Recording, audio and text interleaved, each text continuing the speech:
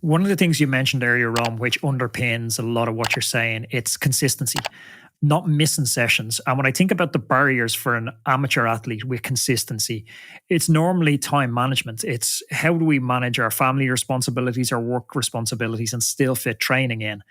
I know you've worked with two of the greatest triathletes ever, Jan Frodeno and Lucy Charles Barkley. They get through so much work in a week. They do so many training sessions in a week. Is there any lessons around time management you learned from being in close proximity to them that you think amateur athletes could apply to their lives? I think to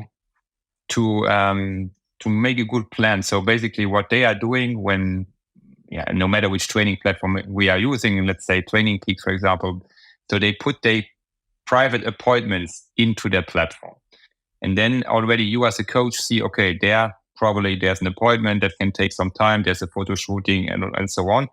And then immediately in your planning, you put you try already there to have a good load management.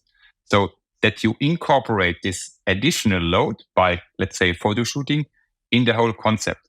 And if I take an amateur athlete, basically what I would do is sitting there, looking at my working week or looking at my work, family, and so on, putting it in my calendar, and being also honest to myself. So not saying, okay, this will take 45 minutes, but sometimes you also need to, for example, if you do a session, you have to take a shower, you have to dress you and so on and so on, but really putting these blocks and then seeing really what is the free time what I have.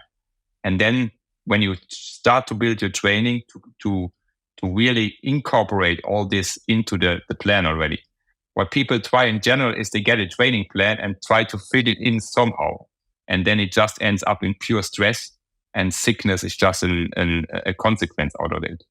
And like this, the professionals are not doing it. The professionals, they have their appointment. For sure, it's their job. So that's why they have more time for recovery, more time for the training. But they give their appointments to their coach, and then we try to align it. Or even in advance, we are looking when I have to do a photo shooting, when do we probably have a recovery week where we have less training? And then we plan it like that. So planning is basically the main, the biggest milestone there. So a good planning in advance. It's a subtle shift, but I remember having Mate Mohoric on the podcast. And again, he made another subtle shift in the way I thought about training. And he said it took him nearly a decade to realize that the function of training was to get faster in races. And that sounds like a very simplistic statement on its surface, but a lot of us view the function of training as to complete training sessions or to put green boxes across our entire week on Training Peaks.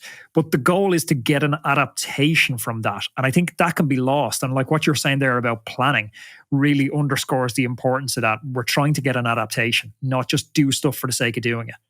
Yeah, that's a really good point. That's why I also don't like to comment every session like, oh, that was a great session or that was perfect or whatever.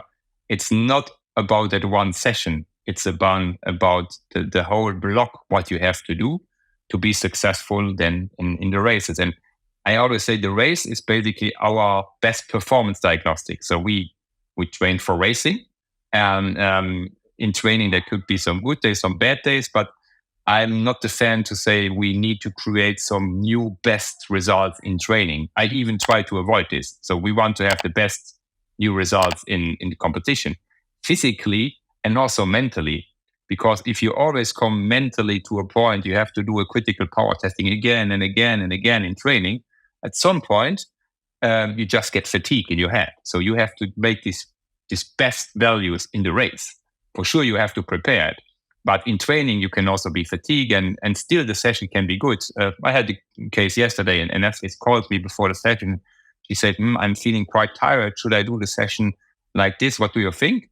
And I said exactly what you said. Yes, we want to do it as long as the quality stays in a range, what is still acceptable. But we want to give that load. Even if you run 5 seconds slower on a K, that doesn't matter. But we need that load, basically, to come to our final result. And that's why, on the other hand, also competitions are always competitions. So when I send athletes to a competition, we always go there to have the best possible results, not for testing or for having already an excuse before we start. So competition is competition, and we use that as a competition. If you enjoyed this video and you want to keep binge watching the content, check this video. It's a cracker. Also, don't forget to subscribe to the channel. That way I can catch you in the next one. See you then.